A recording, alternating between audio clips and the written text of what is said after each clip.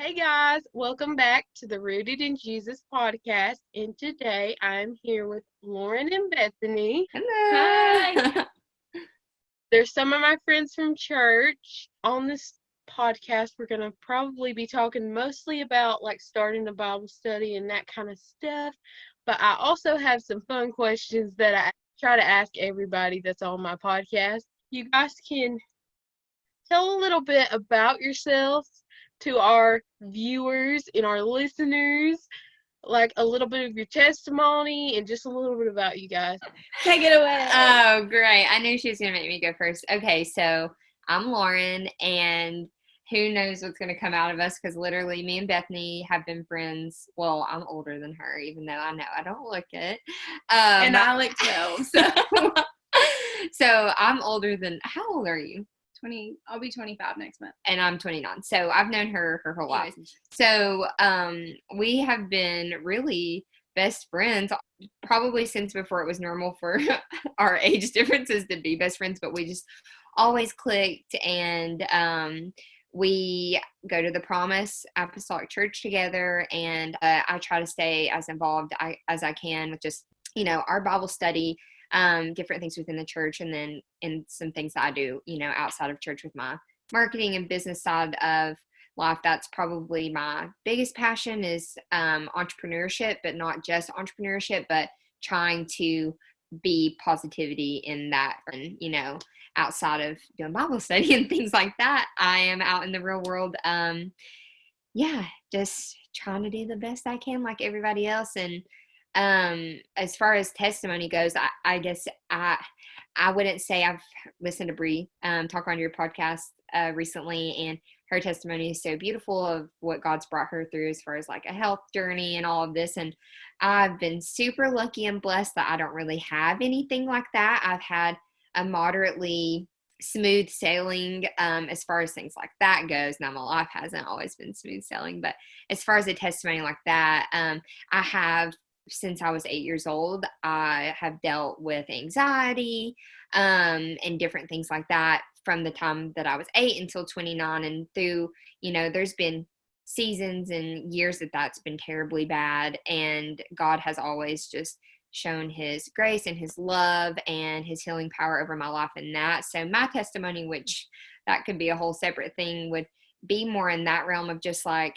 if I look at my life and what God has done to me as a person that was very anxious and very timid and social anxiety and all of that, and God being like, no, this isn't about you. Like the things that you're going to do in your life, I'm going to give you the strength for. And he's just kind of taken those weaknesses and helped me work through them and work with them. And so my testimony would be, more along those lines for what we have time to share today, but I've got plenty of disasters that he's gotten me through. Just name the category really, but hopefully that's a pretty good description of myself. And I'll give a quick description of myself. So I am a speech language pathologist. I'm just finishing up my first year of work, which has been an adventure in and of itself. I work with little kids and do all kinds of stuff, teaching them how to talk and teaching them ways to better communicate. And so that's kind of my job in a nutshell. It's pretty entertaining. And she rocks at it, sometimes. As she does at everything. And so that's pretty much what I do day in, day out. I'm pretty involved with different aspects of ministry at the church. I sing on the praise team. We do this Bible study, anything that really I can help with or be involved with. And I think that's so important. Just a side note about when people talk about ministries and things that they do, I think people just need to realize that anything that you do, anything that you can be involved in is a ministry, even if that's helping clean the church or helping with nursery. Like all of those aspects are so important. So if I can just throw in that right there, I would say if you can be involved or you have an opportunity to be involved in your church, even if you feel like it's something insignificant, like don't ever compare it in your standards. Like whatever you do for the kingdom of God, whether it's picking up a piece of paper in the floor, like is so important. A little bit of my testimony, like Lauren said, I don't have a drastic testimony about any major health concerns. I wouldn't say that I've had to battle anxiety my whole life, but I think that I've had moments of anxiety, just like going through my teen years and really trying to figure out, okay, like what do I want to do in this world? what am I supposed to do, God? Like, I don't want to miss your will. And I think sometimes I got so focused on like, oh my gosh, am I going to miss the will of God, that I almost overthought what I was supposed to do. So definitely just those moments of anxiousness, wondering like, what is my purpose? What, God, do you want me to do? And how he led me through those things. So that, I think, is definitely a big part of my testimony. And I've grown up in church, and I've always tried to really stay involved. And I've never really thought, okay, like I have this huge testimony of like what God did in my life. And one time I heard somebody preach, they were like, you staying in church and you staying involved and you staying like dedicated to God, like that is one of the biggest testimonies someone could have. And I was like, that, like, I didn't feel like that was a testimony. But like that spoke to me, because I was like, wow, you know, like God has kept me. It's not because anything that I've done. Yes, you have to make decisions to walk with God and move forward with God, but he kept me in his grace and mercy, and he chose me. And I was like, how big of a blessing and how big of a testimony is it that he said, you know what, Bethany, like I want you to live this life. So I would say that's probably everything. And another side note, Bethany's literally like a walking devotional. And whenever I'm like, let me tell you what God must have been thinking when he said, here's the life you're going to live, Lauren, because there is always something wild happening. I tell people all the time, I'm like, it's hard. She's a tough act to follow. She's like a little walking Jesus column. If you've seen that book. So, hardly. And then I always think that like I obviously am like her biggest fan, and I think she's awesome. And I think that's why our friendship works so well, because she like pushes me out of my comfort zone, and I think she probably keeps me from getting kicked out of the church and everything else. Just kidding. Or am I? No. So yeah, we're a good balance. But and obviously when we talk about the Bible study, we'll probably get more into like our different styles and stuff, and like what Bethany was saying about ministry, and she does it all. She sings, she does all this stuff. And I feel like I used to be like, oh, I don't have a ministry, but you like hit it on the head, because I'd say the majority of the stuff that I would consider to be my ministry happens outside of the walls. And we've talked about this all the time. Like it takes people doing stuff inside of the walls, outside of the walls. Your ministry could be at your job or whatever. And I'll say, I definitely don't sing. I don't do anything like that. Anyways, it's just a kind of a fun dynamic. But yeah, we keep each other in check. Yeah. And that was good what you guys said, because people need to realize that everybody's testimony is different. You don't have to have some dramatic story for God to use you.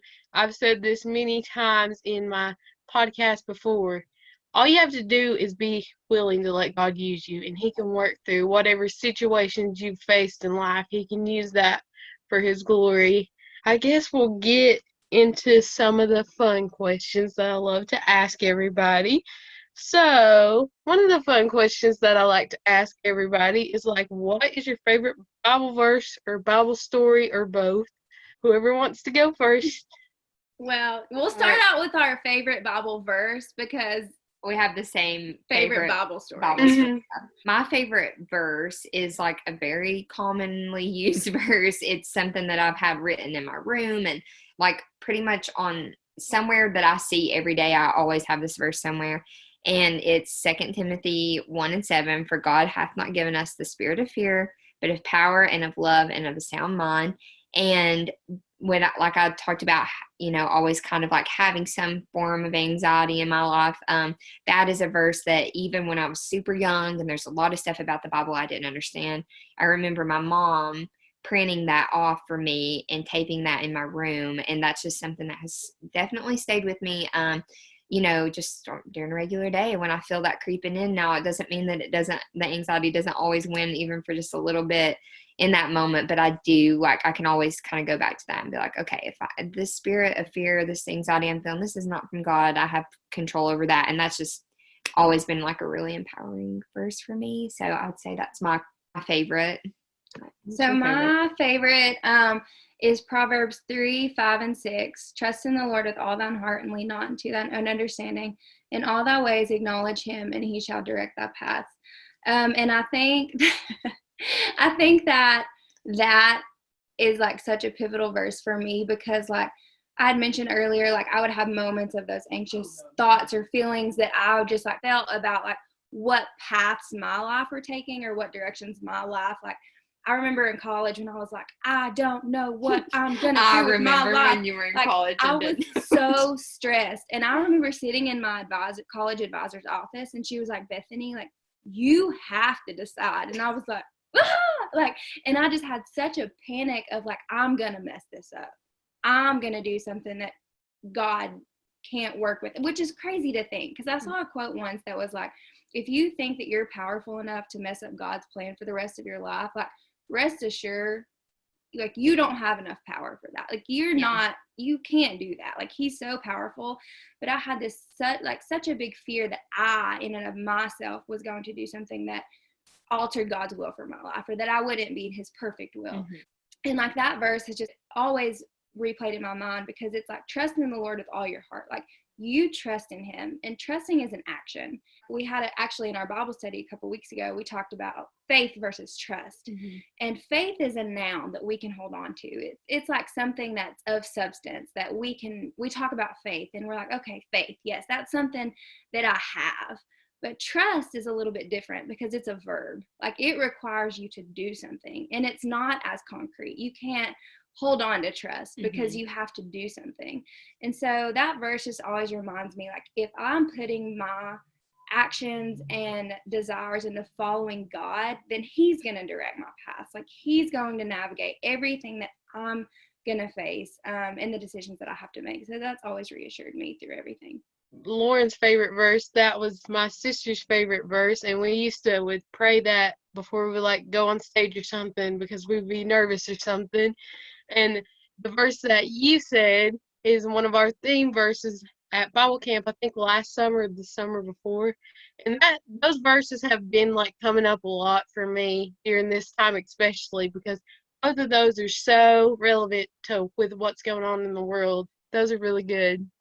Our favorite story ever is Esther. And we've had the conversation like, we're both probably gonna, I don't know if I'm gonna have kids, but I'm sure she probably will. And we were like, I think we both said one day, I'm gonna name, if I ever have a kid, I'm gonna name Esther. And I was like, me too. And I said, we can both do it. So we're gonna have little baby Esther running around. But most likely it'll be her. I remember when we one of my earliest memories of like our friendship, really, we were like, oh, when we get to heaven, like we're definitely living beside Esther. Oh yeah, we're going to find her for sure. We just think she's really cool. And that story is like, just, I don't know why it feels so relatable. Like, and it feels so relevant to now, like for such a time as this.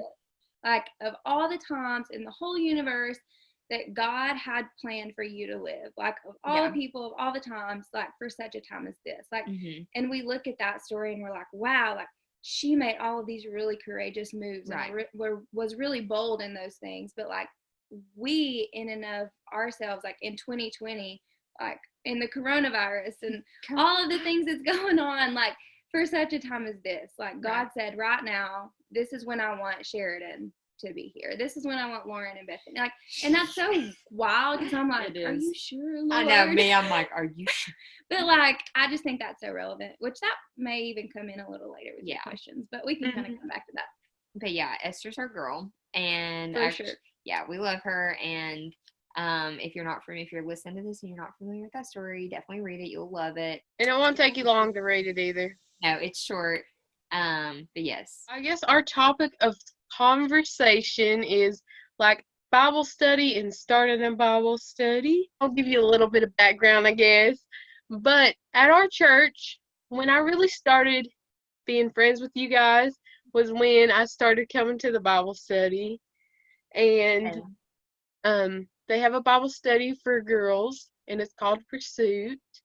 So how did you guys start doing the Pursuit Bible study, and like how did that all come together? Because I know it's not just a simple thing to do, and like how did God put all that together? Well, it's crazy because next month will be 3 years. 3 years, and that does not feel like that at all. It doesn't. And honestly, I know it was like a God thing, and maybe you have a different perspective on this, but we just were always talking about things and texting about things and trying to get the girls together and, sending texts and just like trying to encourage each other. And I think it just kind of naturally, I had lived out of state for a few years and I came back, and I think Bethany had wanted to start a Bible study at one point, and it is a lot to keep up with on your own. And so I think I just came back at a perfect time, and she wanted to do it. And I was like, yeah, I'll do it with you. See, cause that's how we roll. We do kind of wing things sometimes. Yeah. And like one of us will have an idea and be like, I don't know. And then the other one will be like, we're doing it. I feel like that's in essence is our like friendship is like, we would never do things individually, like together. We're like, why not? Yeah. It's kind of scary. But yes, like her perspective is honestly pretty much the same as mine. Like I had just kind of felt burdened, like, okay, like let's do something that just brings like us together, and like we have this place of fellowship that we can discuss Jesus but also uplift each other, and like just really for it not to just be a safe place for people, but a place of encouragement and motivation, and like all of us just helping each other pursue Jesus. And that's kind of pursuit, like what that is our pursuit of Jesus, but we're not doing this by ourselves, like our pursuit together. And so I just kind of felt like burdened to do that. And she moved home, and I was like, hey, what do you think about this? And it's funny because you mentioned like it probably takes a lot, but in this instance, it really didn't feel like it did. And I think that's kind of in our pursuit, not just of Jesus, but in every goal and ambition of our lives. Like I think so many times in our brains we're like, oh, we have to have so many things together before we do this. But often, more times than not, when you think about the things you've really done, you just have to kind of jump in and see what happens. So not only just with this Bible study, but in other aspects of your life, if you're thinking about doing something. I'm preaching to the choir right here. Don't get me started on her. But do it. Yeah, seriously, just do it. I mean, it almost is kind of comical when I think about how much effort we really didn't put into it. I mean, we prayed about it and put our like little feelers out for the other girls, and everybody was excited. So, and it's evolved as we went. Like it's changed. Our methods have changed. Our locations changed. Everything has kept changing, but that's okay too, because like when you start something or when you start an endeavor, like it's probably not going to be what you have envisioned, and then it's going to end up to be nothing you've envisioned. But that's okay too. So that's kind of how it all got started. I totally understand that too, with just starting like this podcast. I had been praying about it and thinking about it for months.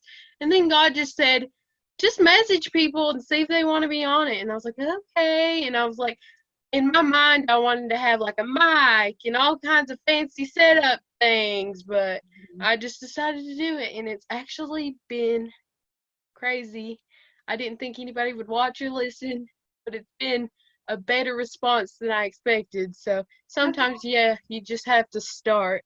The next question is, what are some tips and encouragement that you would give to somebody that's wanting to start a Bible study? First of all, what we've just said, just start. You'll look at all these influencers and people that do these big elaborate Bible studies like online and stuff and feel completely inadequate, and we're all inadequate. None of us are ever going to be on a level to where we're even where we need to be spiritually or whatever. You're never going to feel like you're spiritually sound enough, I would say, to like start something like this. But if you're praying about it and God's laid it on your heart, all you have to do is go for it. He'll give the increase, and he'll bring the people that need to be there. Pray about it. But don't just pray about it. Like, don't let that feeling just stay there. Definitely don't use pray about it as a cop out, but sincerely do that and then take some action in one direction or another. And another thing I would say is how we talked about it evolves a lot. And we have some really funny stories because there's a lot of Bible studies out there that you can like, like the actual book that you buy to try to have some kind of curriculum or some kind of like guide to go off of, unless you're just writing your own.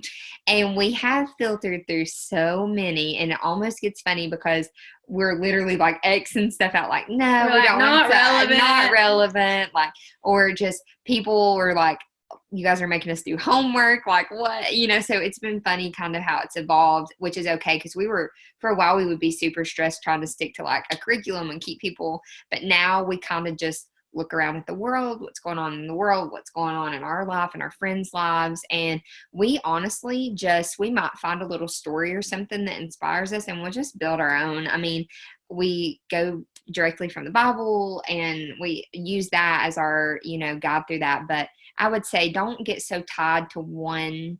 You might find a study that you love, but you might take pieces from many different ones. The important part is that you are listening to what God's put on your heart to share with other people, and, just staying aware of what the people that you're talking to, like, what are they going through? And and just kind of, you really just have to feel it out as you go.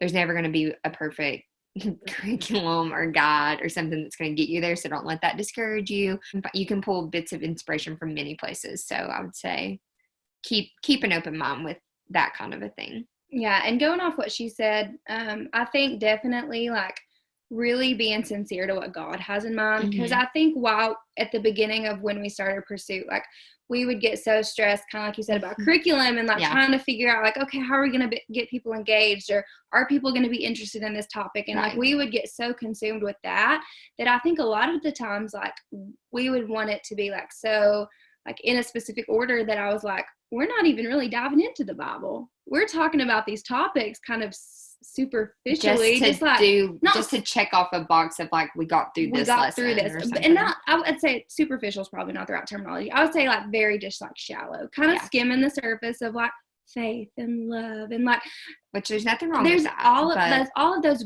are great things, but I'm like, we're not really digging into the Bible. Right. And so like it has evolved for us, but it's also going to be very different.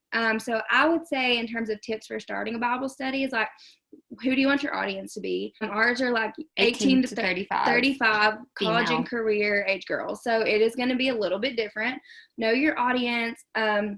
And I would say another thing that we've learned is just create a comfortable atmosphere. Yes. I think that we change, like, look, we have it at Lauren's condo sometimes we have it at other people's houses. We bring snacks, and just it's a place where we can come together and grow in God, but also just enjoy each other's fellowship, have fun, create an atmosphere that is comfortable for people. Something they will actually look forward to versus like feeling almost like it's a chore to go. Like we started doing it at the church, and we were like sitting in pews and stuff, and it was just like kind of awkward and uncomfortable because we're not preachers, and it just felt more uncomfortable, I think, for us, because we felt like we're like teaching or preaching to people. Like, it was just the dynamic wasn't the fit for us. And that may be a very different dynamic for anybody wanting to start a Bible study.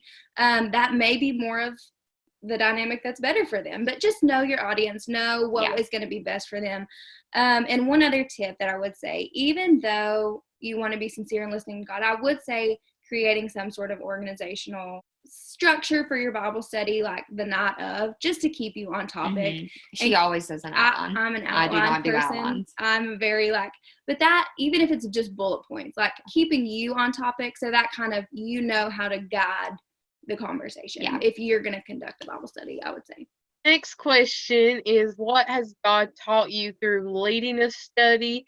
Because I know that through leadership positions and like actually leading something, God can transform you through that, because He's transformed me through Bible camp and stuff like that. So what has God taught you through doing that? I would say for me that growing up in church pretty much my whole life, it's one thing to be able to sit in a service and have somebody teach you things and tell you like the Great Commission is for us to go out and tell people about Jesus, right? And I think I used to be somebody who felt like just sitting in church every service and hearing that was like good enough.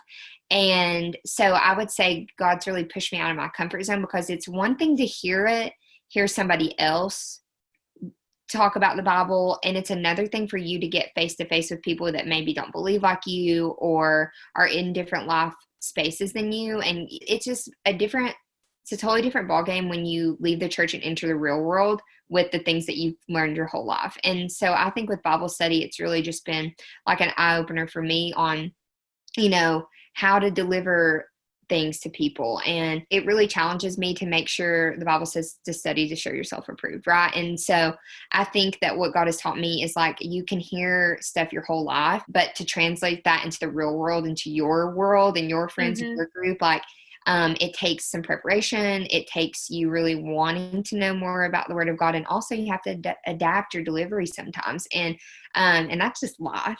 And so I think with this, it's just like kind of prepped me for different encounters that I have just in my everyday life. Outlines, thanks to her, not to me. She sends me outlines, and Lauren literally like.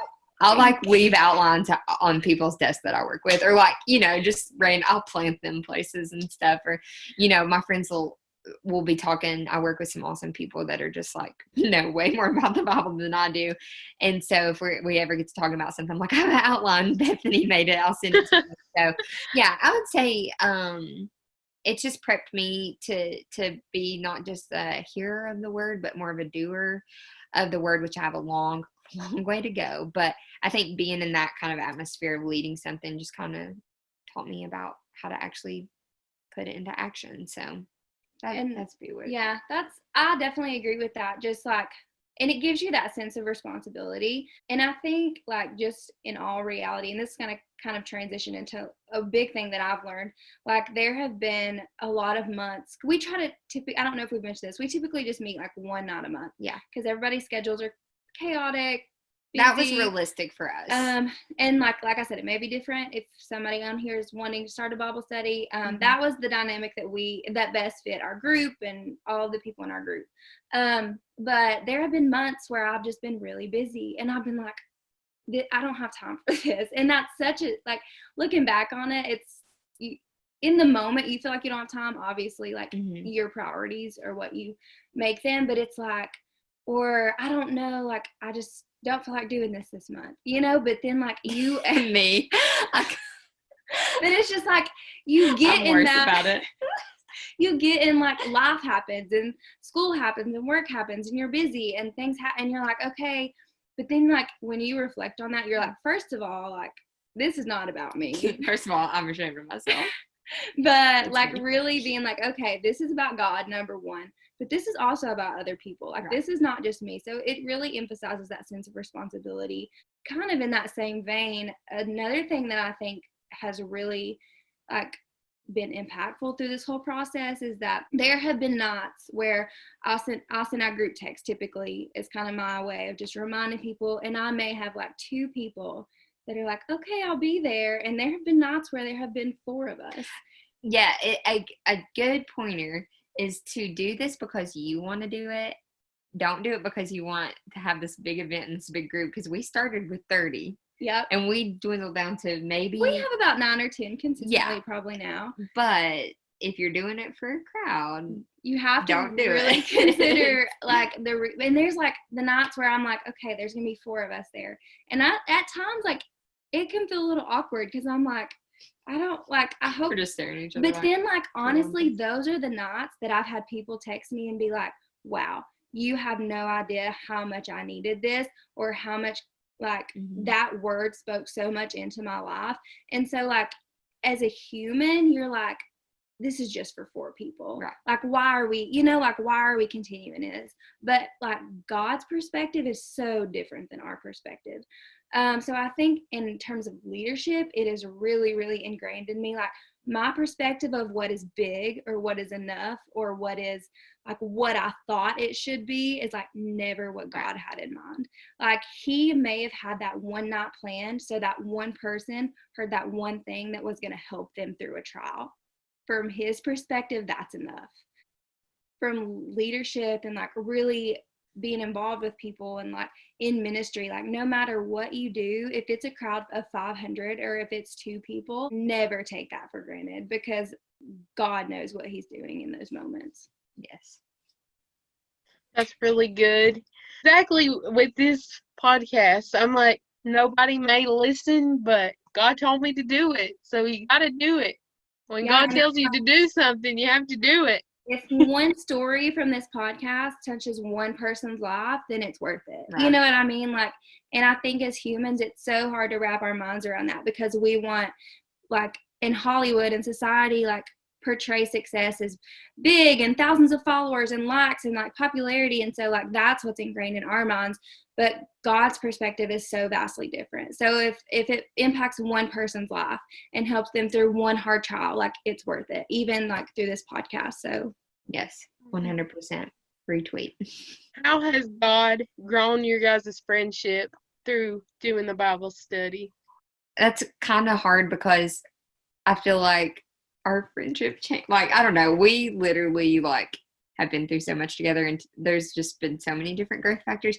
I would say it's nice to know that we have, like, a set time every month that we're going to get together and kind of talk about the Word of God together, because my perspective on things and Bethany's perspective on things and your perspective on things and somebody else's are so different. And so when you get to come together and, you know, you have that 1 month, we'll kind of have a topic. And so for me, just having her pour into me directly in preparation for this, I mean, that's grown our friendship from just the, like, goofy fun stuff, which is 99.9% of everything that we do. But so for me, yeah, I mean, it's been nice, and I always really value what she says, and I feel like I always get a little sneak peek from it, because like I said, she is like the walking devotional here, and I'm more of like,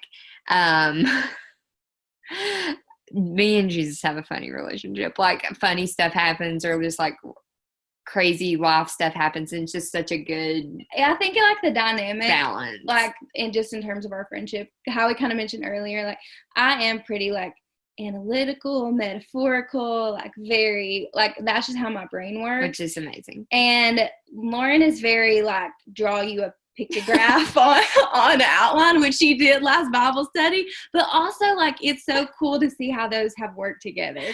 Because that really is true. Like, she'll say something and you're like, wow, that's beautiful. That needs to be in calligraphy on Pinterest. Like, seriously. Or like, I'm always like, write a book, write your devotional, which she is supposed to be writing a book. So if you see this and you see her, just ask her where that is, and let's all stay on her together. But she'll do that. And then I'm like, here it is in 3 lines. Like, I try to break it down to, like, but that helps me too, because I'm like, oh, okay. Like, literally, to give you all an example, last Bible study, she, like, pulls out the outline and she's like, this triangle is our comfort zone. And then she, like, draws this line and she's like, but this is where we have to trust God. And I was like, wow.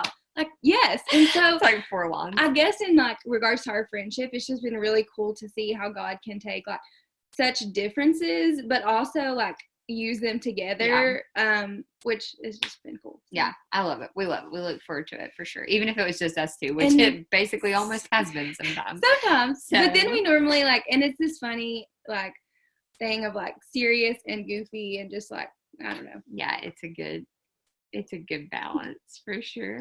I think the last question, sadly, it is, what has God been teaching you guys through all the craziness that's been going on in the world? There's so much that God has been teaching me personally, and I'm sure there's something that you guys can share with our listeners that He's been teaching you through this crazy time. Where to begin? I pass out. But wow, you know what? I feel like every day, week, month, and maybe a year. But I literally feel like I'm learning a new lesson every day, every minute. But I would say for me personally, what I have been learning, and it's not like it's not spiritual, but I'm kind of like in the zone of really just enjoying life and the days that God gives me, the people that I'm around. It's made me, I used to have, like, and I still have lots of goals and lots of dreams. I'm not like curling up in a ball and giving up on all that stuff, but I'm a very, like, visionary person. Like, I have business goals and professional goals and educational goals. And I always see 10 years out, 5 years out. And that I have been stuck in that for a long time. And this has all shown me, man, I appreciate the days. I appreciate laughing with my friends. I appreciate sitting in a Bible study. I appreciate going to dinner. You know, it's made me, just from a human level, it honestly, and it's very cliche, and I think basically, you know, the majority of the world is saying the same thing. It's like laughing with your family, or, you know, playing a board game. I've played more board games than I have probably in my entire life during this. And so God has, honestly, this has been, it's a hard time in the world, and I know a lot of people have suffered, and I've had job scares and this, and it's not like it's been perfect for me, and I've cried. Bethany's seen me, like, literally freak out, and I just think, but in a way, it's been like such a gift to have this time with the people that you love, because the world will inevitably speed back up again and we'll get back in ruts and routines and stress of every day. But I've tried to just use this time really as a gift to just be with the people I love and learn new things. And I don't know. And so I feel like God has really been giving me that like peace of like, I've got this, there's days where I'm scared, but like enjoy, you have so much just to be grateful for. And I needed that. I didn't know how bad I needed to get in from my 5 and 10 year plans and just look at the day in front of me. So that's what he's been teaching me. Nothing profound. Just, when you read in the Bible, and I have a friend that I work with that really has opened my eyes so much to this, because she travels to Africa, and her best friend and her husband run a school there, and it's just such a different dynamic in Africa versus North America, and many other countries as well. But when you compare the way Jesus lived to the way that we live pre-COVID, or the way I lived, it's very busy, rushed, barely see the person in front of you. But if we really want to walk like Jesus and how Jesus did on this earth, you can look, you're never going to see, he was never in a hurry. He never was too busy to stop and heal someone or talk to someone or pray for someone. He never was so busy that he didn't see the people in front of him. And I have not lived like that up until this point. And so, I think that's another thing too, is like, hey, Jesus, you won't see, he wasn't stressed. He wasn't worried. So if we're really striving to be like him, this is prime time to do that. But for me personally, it's been a little bit different, but just because of a personal experience that I've had through all this, I actually had a knee surgery at the end of March, which was kind of unexpected, thrown out of down there on us during so like Corona it times. was kind of unexpected, and it really, like, I hadn't planned for it. It was all of these things, and it was just like, even the surgery in and of itself, like, it wasn't how I had pictured like it was going to be. Like, I was just like, okay, like, so I was like non-weight bearing for 4 weeks. I was on crutches for 2 months, couldn't drive for 3 months, like all of this stuff. So like in the midst of the chaos, like I physically could not go anywhere besides like not being able to go anywhere. Like I physically could not even walk.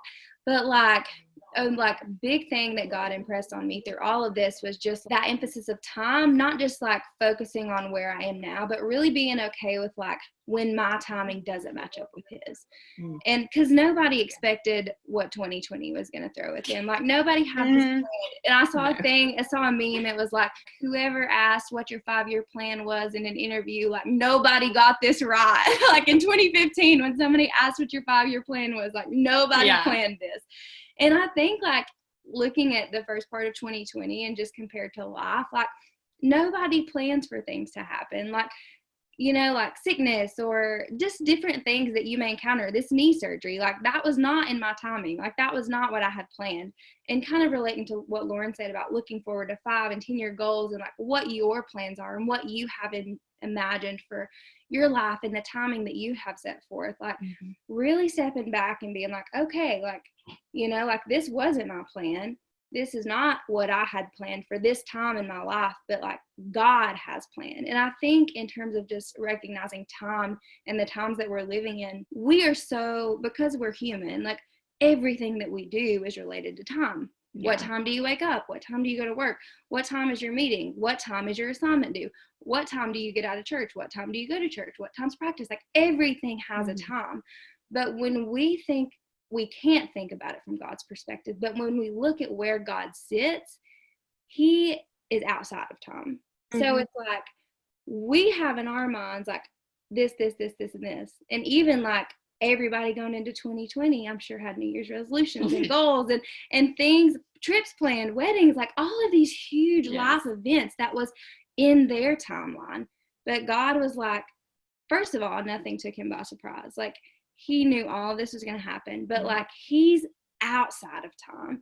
And I think a really good analogy one of my friends shared with me is that if time was like a string, like from the very, very, very beginning to the very, very end of time, like it was a string, like God is holding that string. Right. And like he is so outside of time, like he's literally has it in his hands, which we can't fathom. But he has it all in control. So a reminder of not only to be grateful for where we're at, but just really like being okay, because I've always prayed for God's will.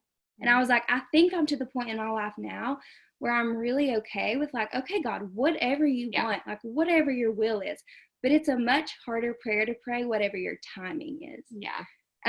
Because learning like it, kicking and screaming. Yes, I'm learning like, it, but I'm learning it. It's like, okay, we've come to this conclusion, like, okay, God, like we'll do whatever, but like we still have an idea of when we want it to be done.